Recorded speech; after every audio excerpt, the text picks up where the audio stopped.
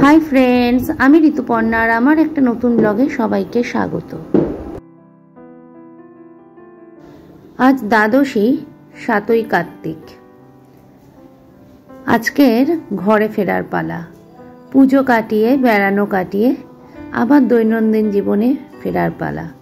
और सत्यि बोलछि बाड़िर जोन्नो एखन एकटु मन खारापई करछे।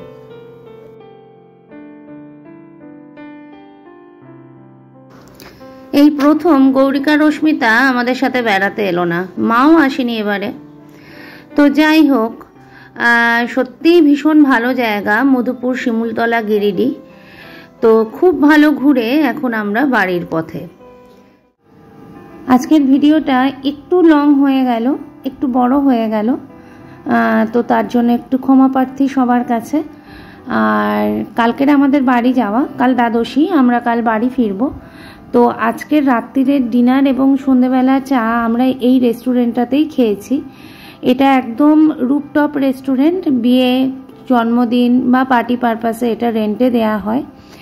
আর এটা ব্যালকনি রেস্টুরেন্টের, আর অনেকটা দূর পর্যন্ত কিন্তু দেখা যাচ্ছে শহরের। তো খুব সুন্দর আর্টিফিশিয়াল ফ্লাওয়ার, লাইটস ইত্যাদি দিয়ে সাজানো রয়েছে রেস্টুরেন্টটা, যাকে বলে ওয়েল ডেকোরেটেড একটি রেস্টুরেন্ট। তো সেকেন্ড ফ্লোরে যে রেস্টুরেন্টটা রয়েছে জিঞ্জারের, ওটা আজকের পেস্টিসাইড করা হয়েছে, যার জন্য আমাদের সবাইকে, যত ট্যুরিস্ট রয়েছে সবাই হচ্ছে আজকের এই টপ ফ্লোরেই এসছে। আর আজকে না আসলে তো টপ ফ্লোরটা দেখা হতো না, বেশ লাগলো কিন্তু টপ ফ্লোরটাও। বিগত 3 দিন এই পাখির ডাকেই আমার ঘুম ভেঙেছে, আর আজকেরও তার অন্যথা হলো না। এখন ঘড়িতে বাজে সকাল 5:30, আর আমি ব্যালকনিতে দাঁড়িয়ে পাখি দেখছি। আর এদিকে দেখতে দেখতেই 6:10-15 নাগাদ সূর্য উদিত হয়ে গেছে পূব আকাশে। এমন পাখির ডাক, সূর্য ওঠা তো কলকাতায় দেখা হয় না। মন ভরে 3 দিন ধরে দেখে নিলাম। এবার চলুন একটু হনুমানজিকে দর্শন করে আসি আর প্রণাম করে আসি। এখন ঘড়িতে না প্রায় 6:10 মতো বাজে। আর চলুন, আমি এখন হনুমান মন্দিরে এসেছি যখন, একটু এই হোটেলের চারপাশে কি আছে একটু দেখে আসি। তা হোটেল থেকে একটু দূরেই একটা পেট্রোল পাম্প আছে হোটেলের পাশেই, তার একটু পরেই না এই বাড়িটা রয়েছে। আমি প্রথম 2 দিন এই বাড়িটা পরিত্যক্ত বুঝতে পারিনি, আমি ভেবেছিলাম বাড়িতে বসত আছে, মানুষজন বাস করে। কিন্তু আজকে যখন বাড়িটার কাছে গেলাম, এত সুন্দর একটা প্রাসাদের মতো বাড়ি, তখন দেখলাম না বাড়িটা পরিত্যক্ত, আর সারা বাড়িতে এইরকম জংলা ফুল হয়ে আছে। এই ফুলটার নাম না স্থানীয়রাও বলতে পারলো না, তবে ছট পুজোতে নাকি এই ফুলটা লাগেই। আর দেখুন কেমন কচু গাছ হয়ে আছে, আর সব কিছুর মধ্যে মধ্যে এই গোলাপি রাঙা ফুলটা কিন্তু রয়েছে। এই দেখুন ইলেকট্রিক তারেও উঠে গেছে। একটা গাছকে আঁকড়ে কিন্তু এ নিজেই জঙ্গল করে ফেলেছে। দেখতে কিন্তু এত সুন্দর লাগছে। আমাদের এখানে কিন্তু এই গাছ আমরা দেখতে পাই না। আমি কিন্তু এই প্রথম দেখলাম এই গাছটা। দেখুন এত সুন্দর লাগছে, মানে বলার মতো না। আর এটা দেখুন, এটা না চালকুমড়ো ফুলের মতো দেখতে, কিন্তু এটা চালকুমড়ো গাছ মনে হয় না, যথাসম্ভব কোনো বুনো গাছই হবে। গাছপালা যে খুব ভালো চিনি তা নয়, কিন্তু সবের মধ্যে এই গোলাপি গাছটা কিন্তু, গোলাপি ফুলের গাছটা কিন্তু ভীষণ সুন্দর লাগছে। এই অঞ্চলের একটা অন্য মাত্রাই এনে দিয়েছে এই গাছের ফুলটা। যেখানে বেড়াতে যাই সেই জায়গাটা যদি একটু হেঁটে না দেখি, তাহলে কিন্তু আমার বেড়ানোটা অসম্পূর্ণ থেকে যায়। দেখুন বাড়িটার চারপাশটা দেখুন। আর ওই জন্য আমি সবসময় প্রাতঃ ভ্রমণে বেরোই, মর্নিং ওয়াক করি সেখানে। তো এখন তো বাজে 6:10 হবে। তা আমি হচ্ছে, মিস্টার পান্ডা এখনও ঘুমোচ্ছে, আর আমি হচ্ছে একটু বেরোলাম যে একটু দেখে আসি। যদিও 7:10-15 মধ্যে আমরা হোটেল থেকে চেক আউট করে যাব আজকের, তাই একটু তাড়াতাড়ি কিন্তু সমস্ত প্যাকিং কমপ্লিট করে নিয়ে আমি হচ্ছে বেরিয়ে পড়লাম একটু দেখতে চারপাশটা কেমন। তো আমি এই বাড়িটার সাথে একটা সেলফিও নিয়ে নিলাম। আর এই যে দেখুন এই ফুলটা, আমি এইটা হচ্ছে কলকাতায় নিয়ে যাব ডায়েরির মধ্যে করে, তারপরে এইটাকে আমি সংরক্ষণ করব। আমার একটা খাতা আছে যেখানে আমি বিভিন্ন জায়গার পাতা, ফুল, প্রাকৃতিক জিনিস নিয়ে এসে সেখানে রেখে দিই। তো খুব সুন্দর কিন্তু ফুলটা। বনফুল হতে কার না ভালো লাগে।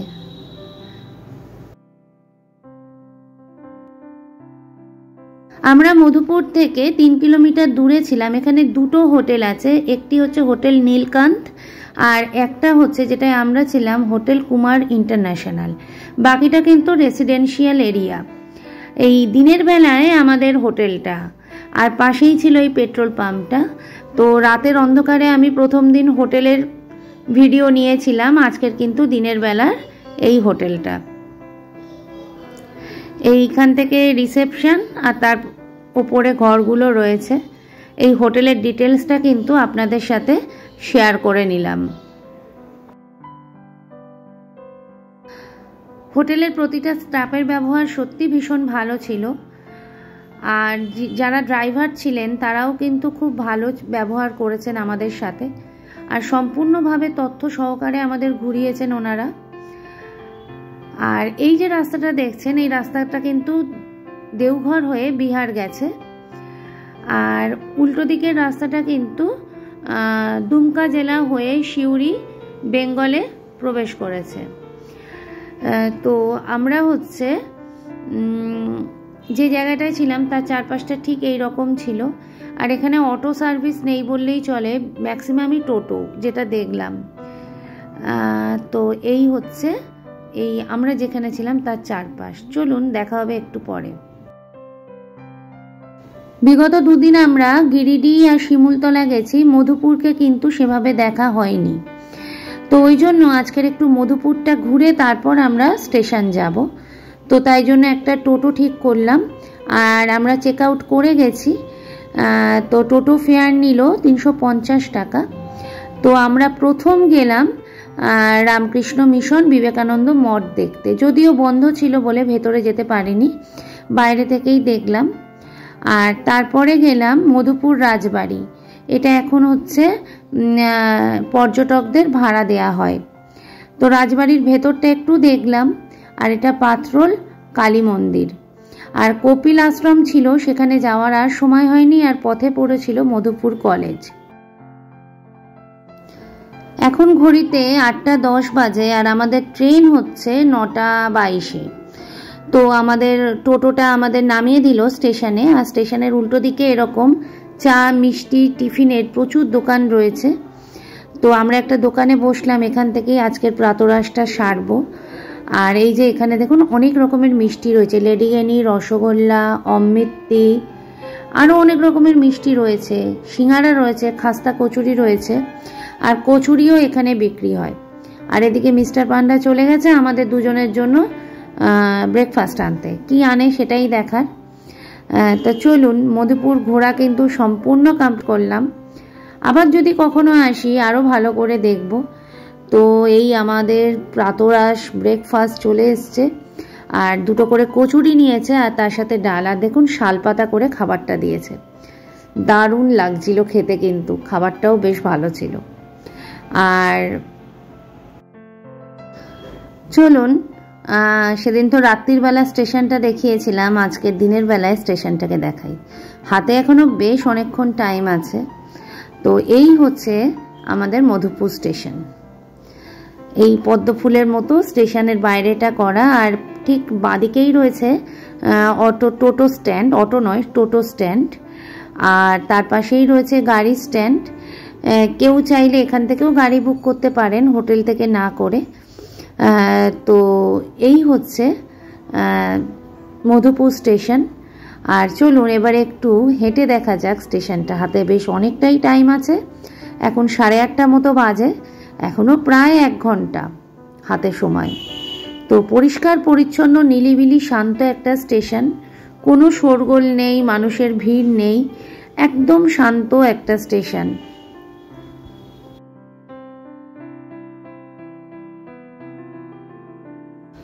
এখানকার স্টেশনগুলো না অদ্ভুত রকমের ফাঁকা।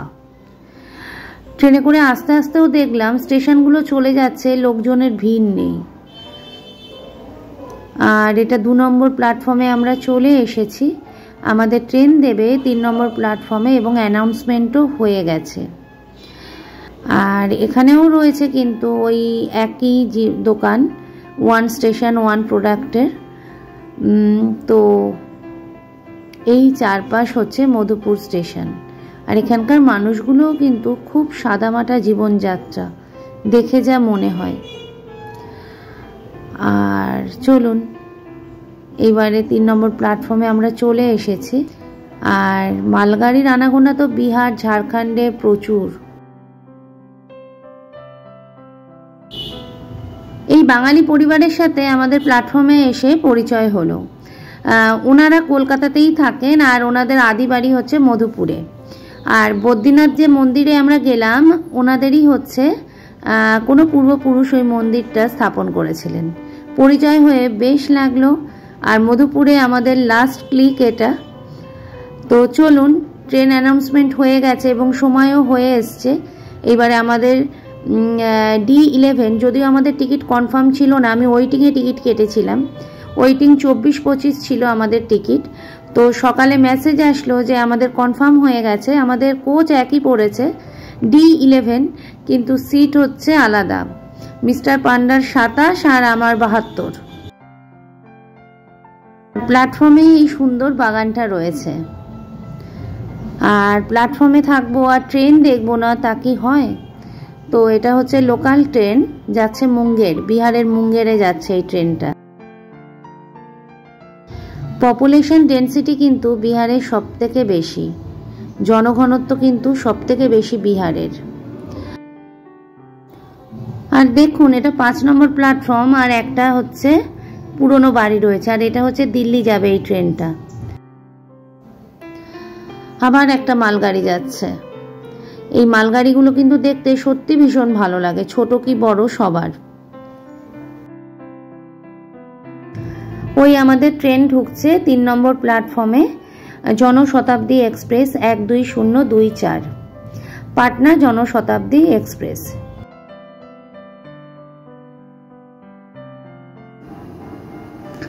এই ট্রেনে উঠে গেছি। আর আমার আর মিস্টার পান্ডার একই কোচ পড়েছে, D11, আর কিন্তু সিট নাম্বারটা আলাদা ছিল। তো জার্নিটা তো বেশ অনেকক্ষণের, প্রায় 9:22-এ ট্রেন ছাড়লো রাইট টাইমে। আর আমরা হাওড়াতে গিয়ে পৌঁছবো 1:25-এ। তো সেই একই দৃশ্য। আর যেদিন আমরা গেছিলাম সেদিন আস্তে আস্তে সন্ধে হয়ে যাওয়ায় আজকের আবার সেই সুন্দর সুন্দর দৃশ্যগুলো আপনাদের সামনে তুলে ধরছি। কোথাও হলুদ ক্ষেত, ধান পেকে গেছে, কোথাও সবুজ ক্ষেত সবে রোপিত হয়েছে, বিক্ষিপ্ত বনভূমি, নাম না জানা অসংখ্য স্টেশন পার করে এগিয়ে চলেছি।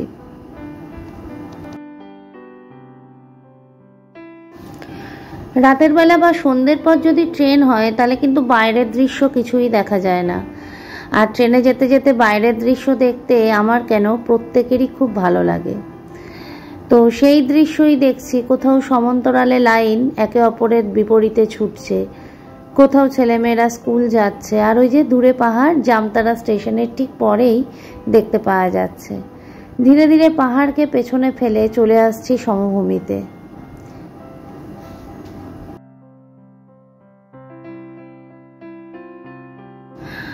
বেশ লাগে কিন্তু ট্রেন থেকে এই সমস্ত দৃশ্য দেখতে।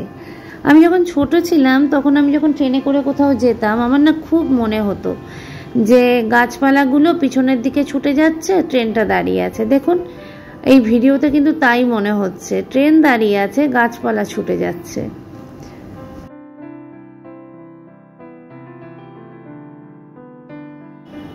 ইন্ডিয়ান রেলওয়ে কিন্তু শুধু যাত্রী আর মাল বহন করে না, সাথে হাজারো স্বপ্ন বহন করে আমাদের মতো মধ্যবিত্ত মানুষদের, তাই না?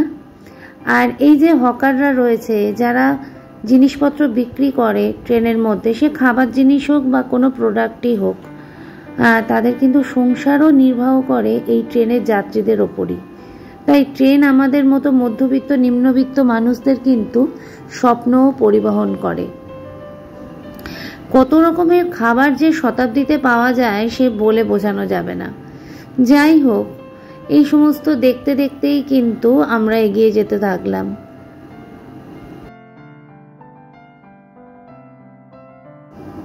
ট্রেন থেকে আবার একটা পাহাড়ের দর্শন। এই বিহার ঝাড়খণ্ডে যেতে যেতে ছোট ছোট পাহাড়গুলো দারুণ লাগে। আর এই দেখুন কেমন ধোঁয়া উঠছে, এটা মনে হয় কোনো স্টিল প্ল্যান্ট হবে, কারণ এখনো আমরা ঝাড়খণ্ডে আছি, ওয়েস্ট বেঙ্গলে কিন্তু এখনো আমরা প্রবেশ করিনি। আর এই ব্রিজের তলা থেকে ট্রেনটা যাচ্ছে, বেশ সুন্দর লাগছে কিন্তু দেখতে জিনিসগুলো।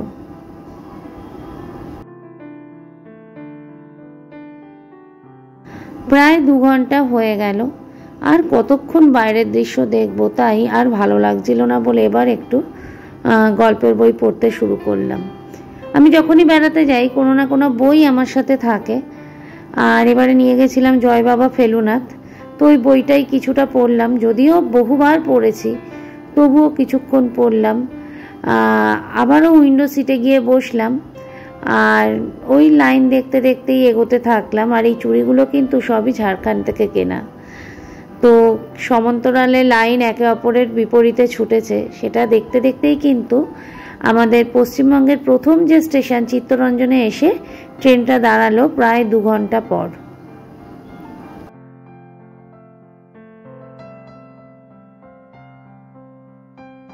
এই ট্রেনটা হচ্ছে কালকা মেল, দিল্লি যাচ্ছে। তো এখানে চিত্তরঞ্জনের ঠিক পরে পরেই কালকা মেলের সাথে আমাদের দেখা হলো। আর একাধিক ট্রেন, প্ল্যাটফর্ম, গাছপালা দেখতে দেখতে আমরা কিন্তু এখন এসে পৌঁছালাম আসানসোলে। তো এখন আমাদের ট্রেনটি দাঁড়িয়ে আছে আসানসোলে, আর মোটামুটি 5 থেকে 7 মিনিট মতো এক একটা স্টেশনে হল্ট করছে। এই দেখতে দেখতেই কিন্তু হাওড়া চলে এসেছে। আর হাওড়া যেই এসছে মনটা কিন্তু বাড়ির জন্য আরও বেশি কেমন কেমন করতে শুরু করলো। গৌরিকা রশ্মিতার জন্য ভীষণভাবে মন টানতে শুরু করলো। তো হাওড়ার 9 নম্বর প্ল্যাটফর্মে দিকে এগোচ্ছি আমরা। শতাব্দী 9 নম্বরেই আসে, পুরনো প্ল্যাটফর্ম যেটা আছে, পুরনো স্টেশন হাওড়ার। তো একেবারেই হাওড়ার কাছে চলে এসেছি, আর মনটাও কিন্তু বেশ খুশি খুশি আনন্দ আনন্দ হচ্ছে। তো এই হাওড়া লেখাটাও দেখতে পেলাম, বেশ দারুণ মনে হচ্ছিল। কোথাও থেকে বেরিয়ে বাড়ি আসার সময় না মনটা কেমন করে। আর স্টেশন এসে গেছে, চলুন নামা যাক। তো এবারের মতো আমাদের মধুপুর যাত্রা সুসম্পন্ন হলো ভালোভাবে। তো চলুন এবারে প্ল্যাটফর্মে নামা যাক। ওই সাইড দিয়ে মিস্টার পান্ডা নেমেছে, আর আমি যেহেতু এইদিকে বসেছিলাম তো আমি এই দিক থেকে নামছি।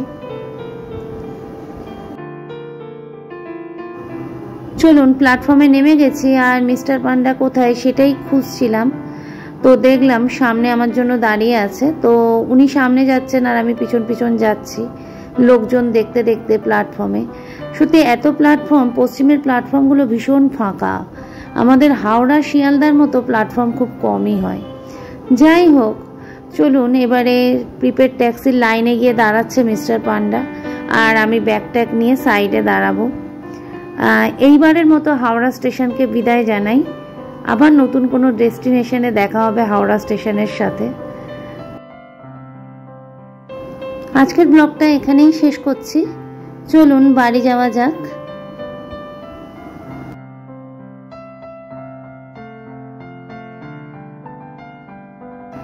যদি আমার ব্লগগুলো ভালো লাগে লাইক, শেয়ার, কমেন্টস দিয়ে জানাবেন। যেতে যেতে ঘাটতিগুলো তো অবশ্যই বলবেন। আর যদি ভালো লাগে পেজটাকে ফলো করে নেবেন, চ্যানেলটাকে সাবস্ক্রাইব করবেন। সকলে সুস্থ থাকবেন, ভালো থাকবেন। দেখা হবে নতুন একটা ব্লগে। নমস্কার।